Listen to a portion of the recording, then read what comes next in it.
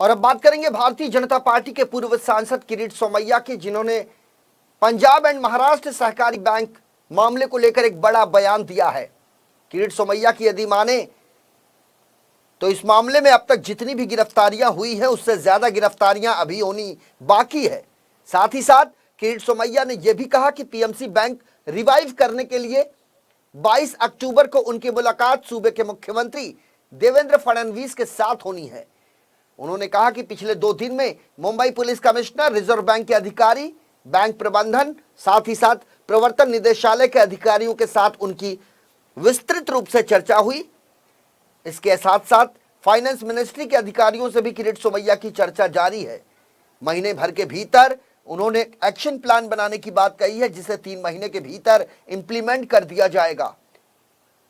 किरीट सोमैया की यदि माने तो प्रवर्तन निदेशालय ने एचडीआईएल कंपनी की जो 4000 करोड़ से भी ज्यादा की संपत्ति जब्त की है उसे तत्काल डिस्पोजल अप करने का काम चल रहा है। उन्होंने पीएमसी बैंक के खाता धारकों से कहा कि इस मामले में एक गिरफ्तारी जल्द होने वाली है। इसके बाद 6 लोगों को गिरफ्तार किया जाएगा जो इस समय जांच एजेंसियों के रडार पर हैं। उन्होंने अंदेशा जताया कि एचडीआईएल की अभी तक 4000 करोड़ की संपत्ति जब्त हुई है, लेकिन आने वाले दिनों में जांच एजेंसियों के हाथ कुछ और भी महत्वपूर्ण संपत्तियां लग सकती हैं। तो कुल मिलाकर भारतीय जनता पार्टी के पूर्व सांसद किरीट सोमैया का यह दावा है कि जो पंजाब एंड महाराष्ट्र सहकारी बैंक जो मरने की कगार पर है, या यूं कहें कि वो पूरी तरीके से मर चुकी है, उसे पुनर्जीवित करने का काम प्रशासन, राज्य सरकार और आरबीआई मिलकर जल्द ही पूरा कर सकती है। पीएमसी बैंक रिवाइव करने की दृष्टि से 22 अक्टूबर को मुख्यमंत्री देवेंद्र फडणवीस जी के साथ में चर्चा करने वाला हूं।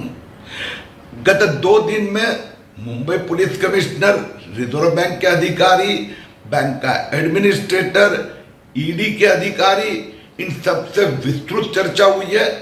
फाइनेंस मिनिस्ट्री के अधिकारियों से भी चर्चा चल रही है। 1 महीने के अंदर एक्शन प्लान बनाकर 3 महीने में इंप्लीमेंट करना। ईडी ने 4000 करोड़ से ज्यादा जो एचडीआईएल की प्रॉपर्टी जब्त की है उसको जल्द से जल्द डिस्पोज अप करने का प्लान भी बन रहा है। मैं पीएमसी बैंक के डिपॉजिटर्स को कहूंगा, एक और गिरफ्तारियां हो रही है और 6 लोग गिरफ्तार हो गए आने वाले कुछ दिनों में। साथ में और एचडीआईएल की कुछ प्रॉपर्टी हाथ में आ सकती है। हम सभी की सहायता से रिजर्व बैंक के द्वारा पीएमसी बैंक को पुनर्जीवित करेंगे और हर एक डिपॉजिटर को उसका सभी पैसा वापस दिलाएंगे।